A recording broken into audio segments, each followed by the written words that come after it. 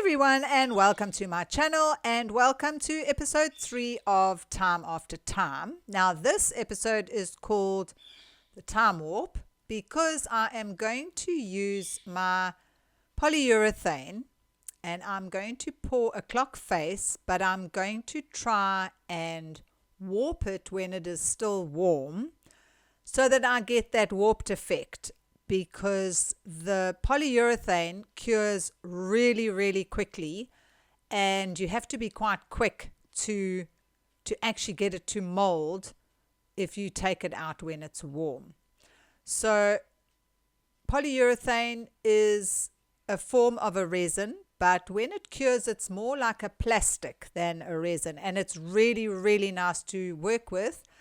But you have to be very quick when you are working with the polyurethane because it will cure in the cup within a minute or two. So once you feel it's starting to get warm, you have to pour it, because otherwise, unfortunately, you will have a blob that cures inside the cup before you've even got time to pour it into the mold. So I'm just measuring it out here, and my normal thing to do when I'm using polyurethane, and if I want to color it, is to put the coloring in one of the liquids when you've poured it out, stir that, and then add the second part, because it just gives you more time to mix the color into the actual polyurethane. So here I mixed it, and as usual, very quick, 20 seconds or so, and you pour it. Now, obviously, I did have more than what I needed, so that I just used as extras.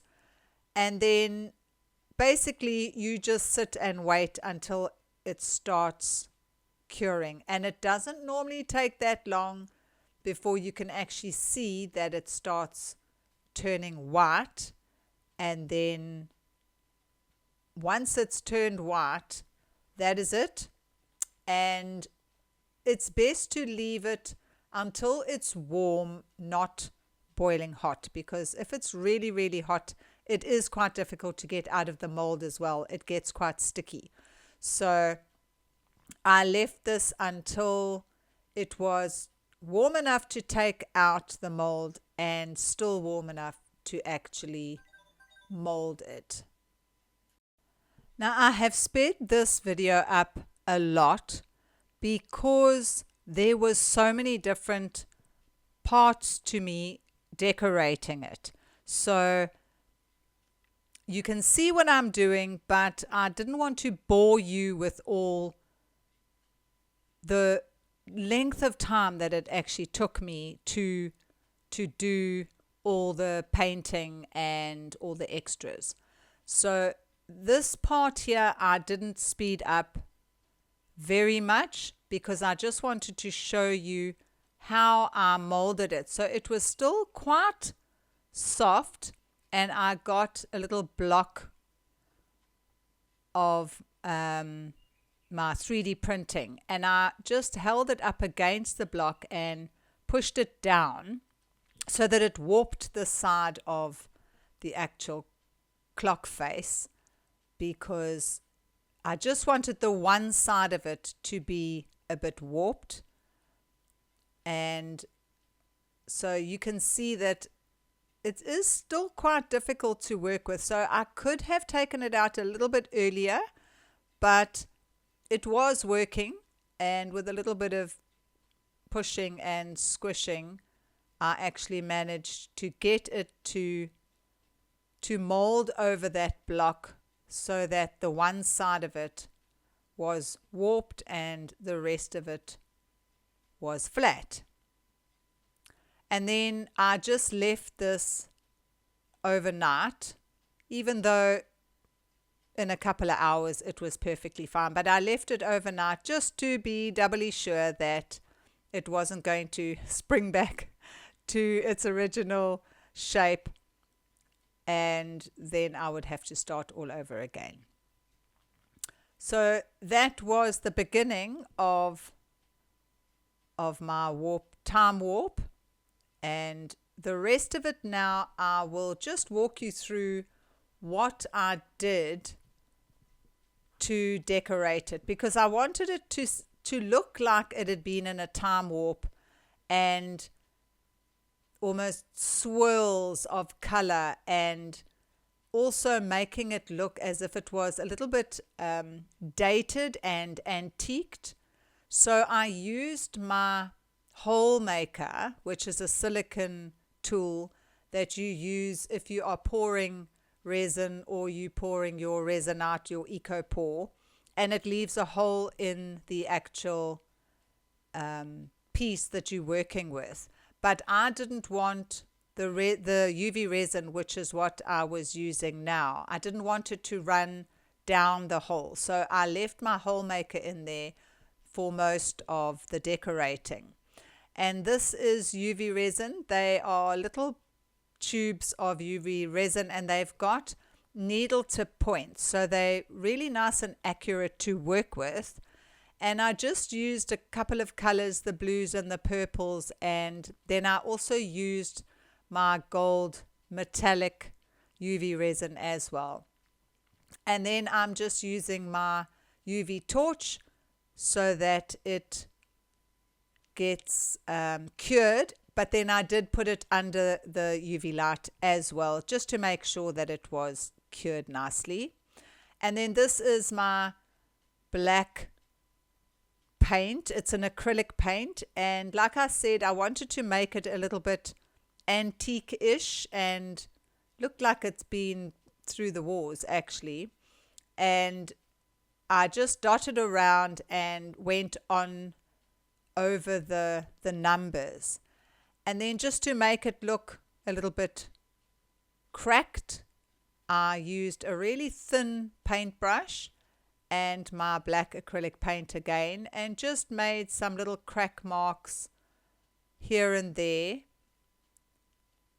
And then I went around the numbers again, but this time I used my true metal, which is like a rub and buff, and I went over the numbers again so that I had the gold and the black on the numbers, just so that, like I said, it looked a little bit old and antiqued.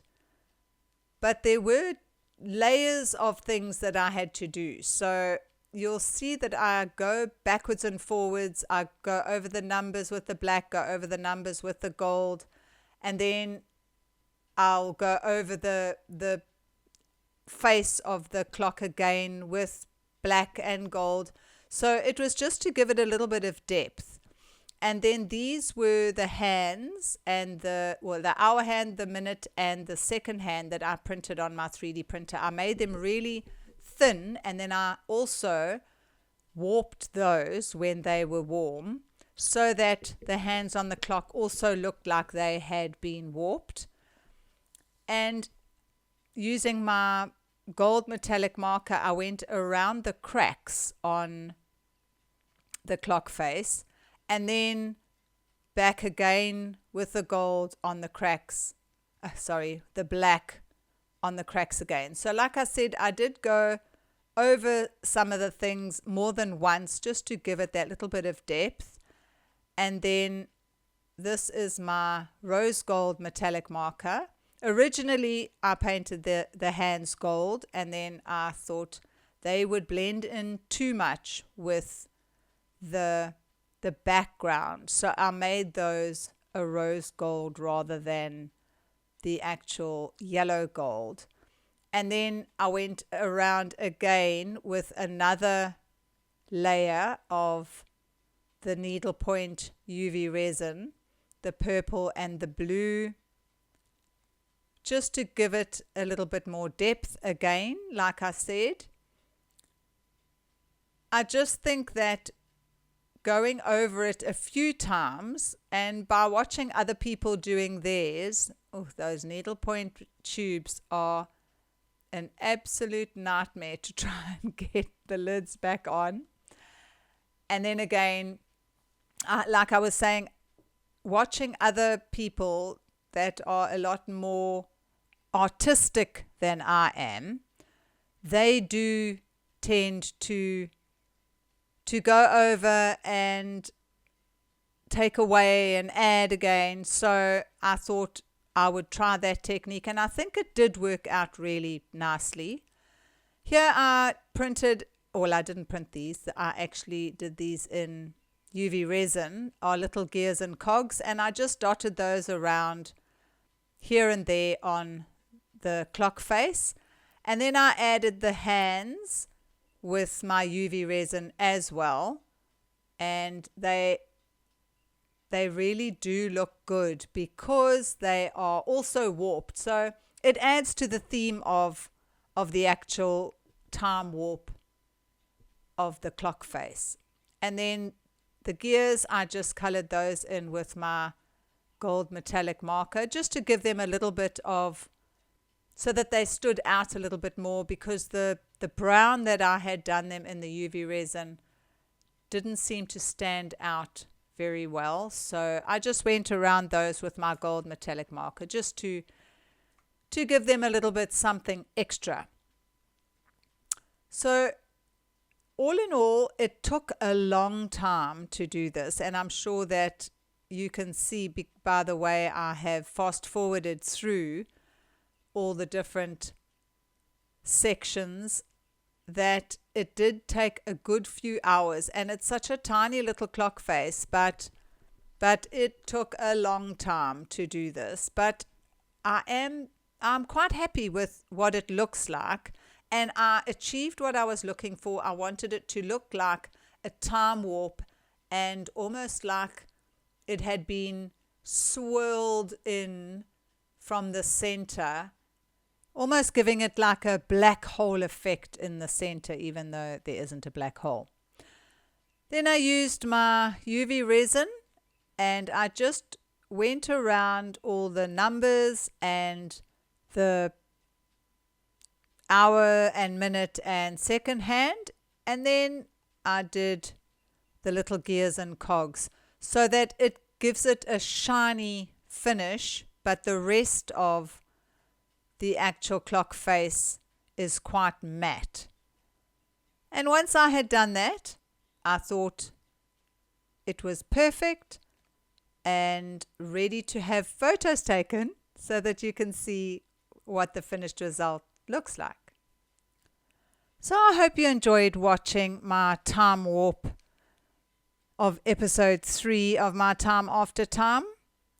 I think that there are a lot of different elements to this, and it is a lot of multimedia with my 3D printing and the polyurethane and the UV resin and even paint and my metallic markers. So I did use quite a few different items in this project.